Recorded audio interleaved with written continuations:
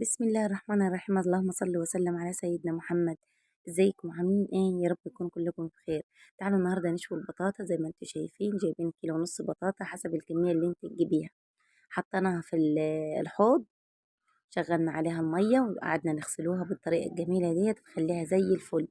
طلع منها الطينه كده والتراب والرمله اللي فيها، وتخليها وتغسليها حلوه خالص. وطبعا انا راح اشوي البطاطا بتاعتي في الفرن البوتاجاز. طبعا البطاطا بتاعتنا كبيرة يا جماعة، بس أنا راح أقولك على طريقة جميلة جدا عشان تستوى معاك البطاطا بسرعة وما تاخدش معاك وقت. والبطاطا ما شاء الله مالية السوق وأوانها الأيام ديت، ومعسلة وجميلة يا بطاطا. وإن شاء الله ما راح تاخدش معانا وقت وإحنا ونسووها. أنا أغسل البطاطا كلها بإذن الله وأرجع لكم تاني. وغسلنا البطاطا بتاعتنا ما شاء الله عليها مغرم الأطفال البطاطا. غسلناها حلو، أجيب السكينة وأفتحها عشان ما تاخدش معايا وقت خالص في السوا. افتحها 3 فتحات، نفس الطريقة الجميلة دي زي ما انتم شايفين بالسكينة، عشان ما تاخدش معاكي سوا ولا تطولش كتير وتسحبش منك غاز. انا جايبة البطاطا متوسطة، ده في اكبر من ديت كمان. البطاطا زي ما انتم شايفين،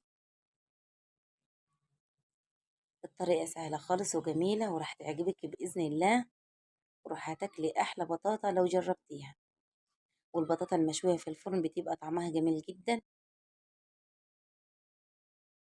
طبعا انا هفتح البطاطا بتاعتي كلها واروح عند الفرن البوتاجاز اقول لكم راح نعملوها نشوها ازاي. فتحنا البطاطا وما شاء الله زي ما انتوا شايفين معنا فرن البوتاجاز، عشان انتي لو كان بوتاجازك واطي تشيلي الصاجة من تحت وتحطي البطاطا تستوى معاكي بسرعة وما تاخدش معاكي وقت. وحاطين احنا الشبكة بتاعت البوتاجاز حاطينها على اخر رف، الرف اللي من تحت خالص، وتحطي البطاطا بتاعتك وتستوى معاك البطاطا ما شاء الله زي ما انتوا شايفين يا جماعة. بجد استوت وما شاء الله عليها، ريحتها جميلة خالص وما خدش معايا وقت خالص. وبألف هنا وشفا على اللي بياكل منيها. واوريكم الجمال ده، جمال البطاطا وسواها من جوه راح تاكليها زي الزبدة. ريحتها جميلة جدا، مش هتحتاري تاني مرة ولا راح تودي اي فرن بره وتشوي بطاطا. اشوي في البيت وامشي على خطواتي وانت راح تاكلي وراح تعملي احلى بطاطا. زي ما انت شايفين مستوية معانا وجميلة جدا يا جماعة، ولونها جميل ما شاء الله عليها بجد يعني، ما شاء الله بجد. وريحتها وطعمها خطير. وبألف هنا وشفا على اللي بياكل مني. زبدة يا جماعة بجد، مش محصولة ولا أي حاجة.